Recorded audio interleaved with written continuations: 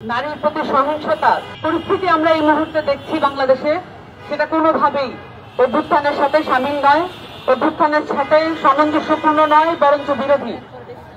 নারীর প্রতি সহিংসতা পরিপ্রেক্ষিতে আমরা যে নারী নিরাপত্তার কথা বলেছি, আমরা বারবার বলেছি সেটার সাথে নাগরিক নিরাপত্তার জড়িত থাকার অবস্থা রয়েছে। আমাদের দেশে নাগরিক নিরাপত্তা হুমকির সম্মুখীন, এই কারণেই নারী নিরাপত্তাও হুমকির সম্মুখীন হচ্ছে। নাগরিক হিসেবে আমাদের দেশের মানুষ যে মর্যাদা পাওয়ার কথা, সেই মর্যাদা 53 বছরে কখনোই অর্জন করার জন্য কোনো পদক্ষেপ গ্রহণ করা হয় নাই। এবং বাংলাদেশে যেই রাষ্ট্র আধুনিক রাষ্ট্র হিসেবে বারবার পরিচিত করানোর চেষ্টা করা হয়েছে, কিন্তু আধুনিক রাষ্ট্রের যেই গুণাবলী থাকে, যেই মর্যাদা থাকে সে দেশের নাগরিকদের, সেই মর্যাদা কখনো আমাদেরকে পাইয়ে দেওয়ার চেষ্টা করা হয় নাই। বরঞ্চ এই মর্যাদাকে কিভাবে হানি করা যায় সকল প্রতিষ্ঠানের মধ্য দিয়ে, সকল কাঠামোর মধ্য দিয়ে সেই প্রচেষ্টা করা হয়েছে।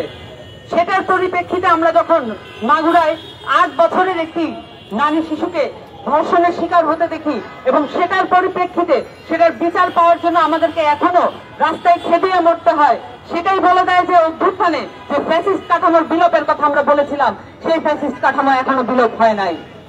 আমাদেরকে এই কাঠামো বিলোপের জন্য ধারাবাহিক লড়াইয়ের প্রয়োজন আছে, এবং এই ধারাবাহিক লড়াইয়ের মধ্যে আমাদের নারীরা সংযত আছেন এবং আমাদেরকে অসংযত হতে বাধ্য করবেন না। আমরা মনে করি নাগরিক মর্যাদার সাথে নারীর মর্যাদা এবং নারীর নিরাপত্তা জড়িত করে এটাকে আইনগতভাবে স্ট্যাবলিশ করা হোক, আইনগতভাবে এটাকে প্রতিষ্ঠা করা হোক। কোন ধরনের প্রশ্নবিদ্ধ আইন দিয়ে নারী নিরাপত্তা নিশ্চিত করা যাবে না।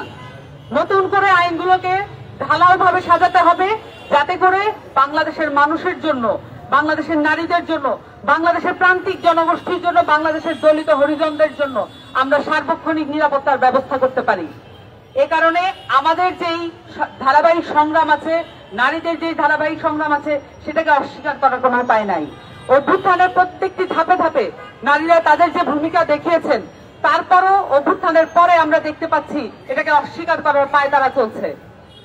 নারীদের ভূমিকা শুধুমাত্র নারীদেরকেই বলতে হবে, এই জায়গা থেকে আমাদেরকে সরে আসতে হবে।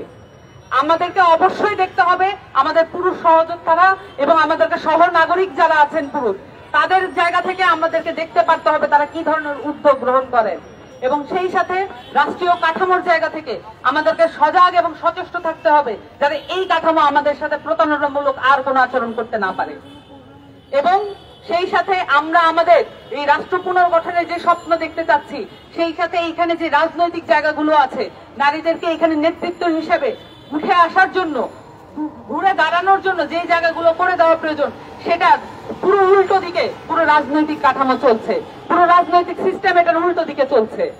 আমাদের নারী নেতৃত্ব তৈরি করার জন্য সংরক্ষিত আসন কোন ধরনের ভূমিকা রাখবে না। আর তবে সংরক্ষিত আসনের যেই ভূমিকাগুলো আছে, সেটাকে কিভাবে ইলেকটোরাল জায়গা থেকে আমরা ধারণ করতে পারি বা আমরা সেই জায়গায় যেতে পারি, সেখান থেকে আমাদেরকে চিন্তা করতে হবে।